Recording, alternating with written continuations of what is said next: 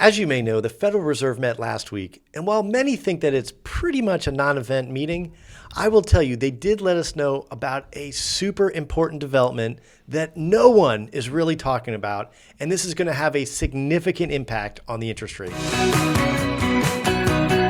I'm here with my buddy, Nick Morgan, also from Morgan Financial. How you doing, Nick? I'm doing great, Joe. How are you? I'm good.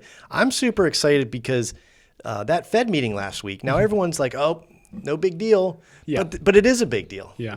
Yeah. Yeah. I think a lot of people was just kind of, like you said, like not an event, not Right. newsworthy. But there is some stuff that we want to talk about that can make some pretty big impacts. Well, I do think that when we talk about that last piece, that last part, I think this is going to have a significant impact. Yeah. In almost aligned with a rate cut, but it's not a rate cut. Right. So I'll give that piece of information away. It's not a rate cut. Yeah. But it will have a significant impact. Sure. Yep. Yeah. So I guess just get it started off. What everybody is interested in is, right, the interest rates. Right. So what was the outcome then from that most recent Fed meeting? So the outcome, which is what we said, is not a lot of people are talking about it because it was a non-event with the interest rates. For the sixth consecutive meeting, they decided to keep the interest rates unchanged at 5.25 to 5.5 or 5.75. I can't recall, but basically unchanged for 6 meetings in a row. So people are like, oh, they didn't change the rates. Right. We'll wait till next time, right? But that's not all. Right. That's not all. Yeah. But with that being said, the inflation is still over 2%. That's their stated goal. And what did they say about that? With the first quarter inflation data coming in, what did they say about that moving forward? Well, they said that we're going to have to pay close attention to this, and they've been paying close attention to it, but it's not quite at their target. So they were saying that it might be higher for longer, and they might have to sustain longer than they might have originally anticipated. Right.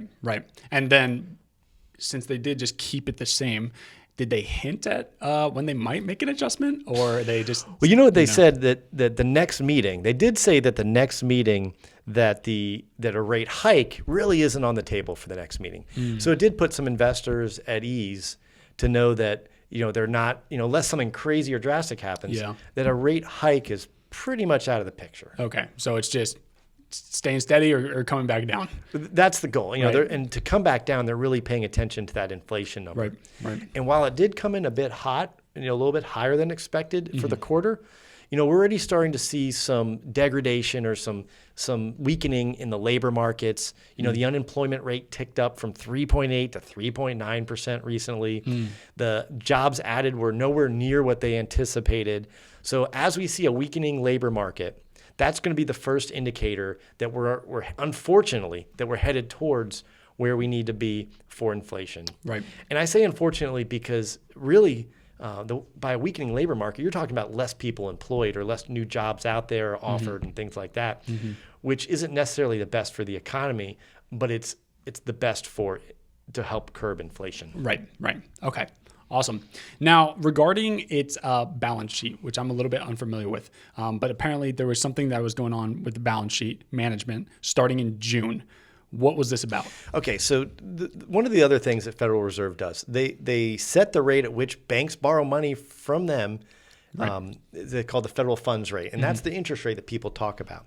The Federal Reserve doesn't have a direct impact on mortgage rates, but what they look at is closely aligned. So mortgage rates look at if there's high inflation, you don't want to lend out money at 4% if inflation's at 9%, right? You're losing money. And so the mortgage rates look at the same thing, right? And so what they do also do is after 2008, in that recession in 2008, the Great Recession, they called it, that one of the tools that they have was called quantitative easing. And I don't even know what all those words mean, but I know what it does. And what it does is they were buying treasuries and mortgage-backed securities. And when you buy these bonds, when the Fed was buying them, it drove the interest rates down. They were buying these things, and what it did when you buy a bond, and you actually raise the price of it, and it has an inverse relationship with the interest rate. So the interest rate goes down. So they were buying bonds, and the rates were going down. All right. So then in 2020, they did even more of this with COVID, right? Because they were worried about the economy, and it puts more money into the economy. It's basically printing money, another way to print money. And so what they were doing was they were buying these bonds again. Yeah. Well, recently, when they started raising up the interest rates, they said, we're going to start selling off these bonds, okay? And so they were putting more bonds into the marketplace, which actually drove the rates up. Oh. So it was another factor in driving the rates up. They were buying mortgage-backed securities, which has a direct impact on the price of mortgages. Yeah. And they were buying T-bills or treasury bills. And so by doing so, when they were selling them, they actually added to the increase in mortgage rates. So this goes back to what I was talking about initially, is one of these major things that's driving the market that no one's talking about, and I have no idea why. Yeah. I don't understand it, is that they're going to ease off their quantitative tightening. So for the last couple of years, they've been selling their bonds and reducing the when they say the balance sheet, that's the amount of dollars that they have in bonds that they own. Yeah. And they're going to start reducing their ownership. They were reducing their ownership to put these back in the marketplace to help drive rates up. Well, now they're going to pull back on selling these bonds, right? They're going to lessen selling these bonds in June, which case rates could be affected by this. The bond market will like that there's not as many people selling out there, and the government is a big owner, so they were selling a lot of bonds.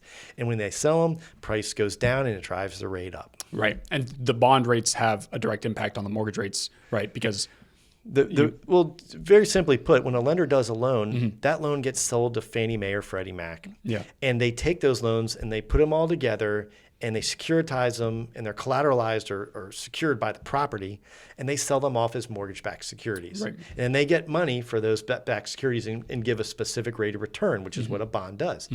And so then they turn around and they have more money to lend back out. Okay, so it's a securitized. The bond is a security instrument to make sure that people get a rate of return. Well, now if you're selling all those things, then there's more supply in the marketplace, and when there's a high supply and a constant demand, the rates are going to go up. If there is a increased demand, the rates might stay the same, and if you have a decreased supply, increased demand, the rates are going to go down. Yeah. Right. The price is going to go up. The rates are going to go down. Gotcha. So long story short is that when they stopped, when they said they announced this, that they're going to reduce their balance sheet, what they're really saying is they're not going to sell as many of their bonds, which should help interest rates not go up, and it might actually help them go down. Time will tell. There's other economic indicators, but this was big news from the Fed. Right.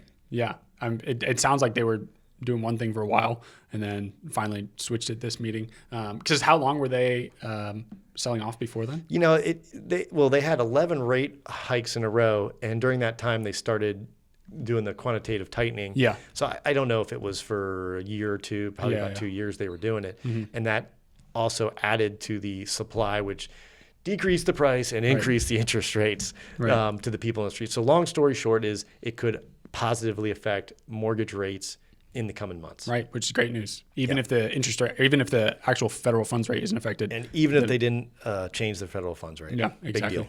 Awesome. Good. Appreciate all the information. Well, good. So for those of you out there, if you got value in this information, please share it with someone who else might value it. Hit like, subscribe, share. And with that, we'll see you next time. Thanks for joining us, Nick. Yep. Thank you.